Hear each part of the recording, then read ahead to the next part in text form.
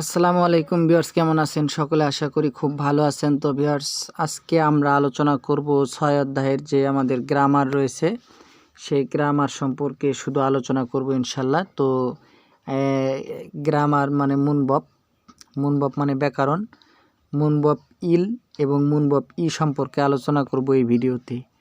তো আমাদের এই যে থেওয়া সম্পর্কেও ক্লাস রয়েছে, আপনারা চাইলে আমাদের চ্যানেলের প্লেলিস্ট থেকে সেই ক্লাসগুলো দেখতে পারেন। তো আমরা বেশি কথা বাড়াবো না, সরাসরি চলে যাব গ্রামার 1, 6 অধ্যায়ের গ্রামার 1। তো দেখেন, মুনবব মানে হচ্ছে ব্যাকরণ, ইল মানে এক।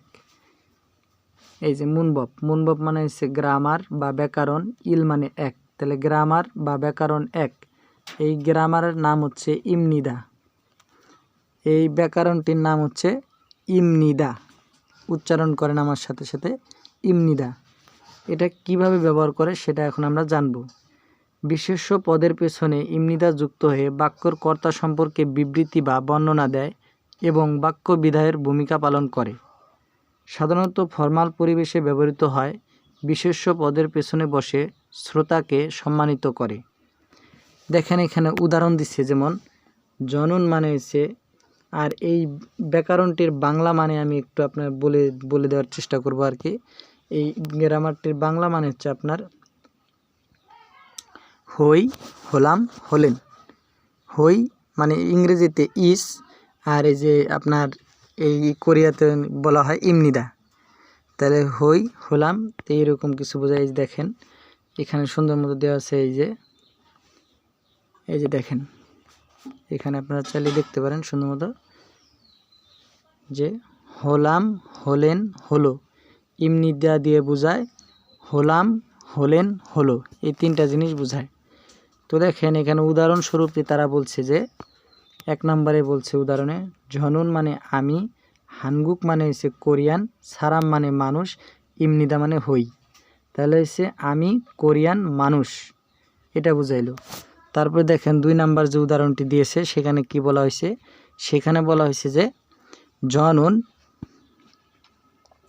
জনন মানে আমি, মিনসু ইমনিদা, আমি হচ্ছি মিনসু। এক কথায় আপনি যখন কোনো একটা বাক্য, কোনো একটা সেন্টেন্স এন্ডিং করবেন, সেই বাক্যটির শেষে আপনার ইমনিদা যোগ করতে হবে। এখন যদি আপনি বলতে চান যে আমি বাংলাদেশের মানুষ, তাহলে আপনাকে বলতে হবে ঝনন বাংলাদেশি সারাম ইমনিদা। শেষে কি আমি বললাম? ইমনিদা বললাম। তাহলে জনন বাংলাদেশি সারাম ইমনিদা, আমি বাংলাদেশের মানুষ। আবার যদি বলেন যে এই জিনিসটা হচ্ছে ঘড়ি, তাহলে আমরা ঘড়ি মানে জানি সিগে।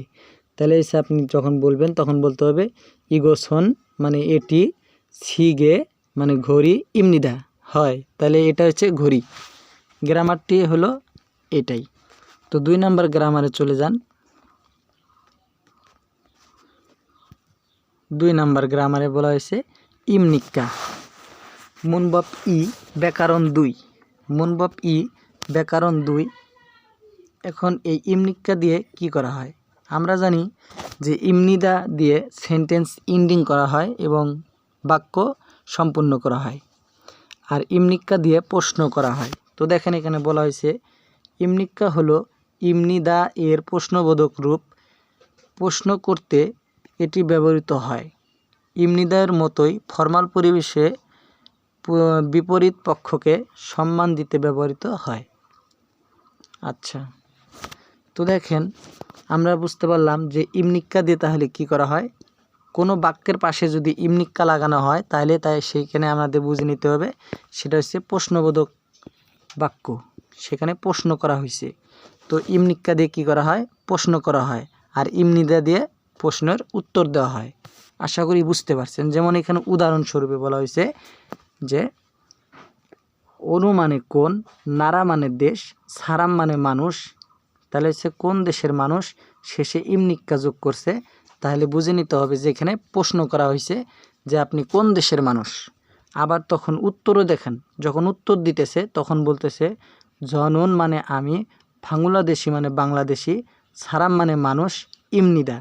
দেখেন যখন সে প্রশ্ন করছে তখন ব্যবহার করছে শেষে ইমনিক্কা, আর যখন সে উত্তর বলছে তখন বলছে ইমনিদা। তাহলে যখন আপনি কাউকে প্রশ্ন করবেন তখন বাক্যের শেষে ইমনিক্কা ব্যবহার করতে হবে এবং আপনি যখন উত্তর দেবেন তখন ইমনিদা ব্যবহার করতে হবে।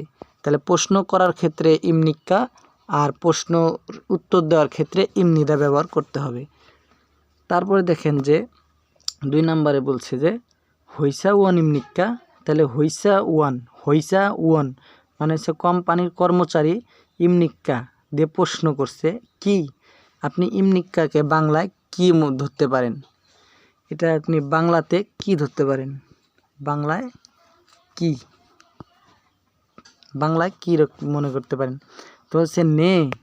পরে বলতেছে কি নে মানে হ্যাঁ, হইসা ওয়ান ইমনিদা, হ্যাঁ কোম্পানির কর্মচারী।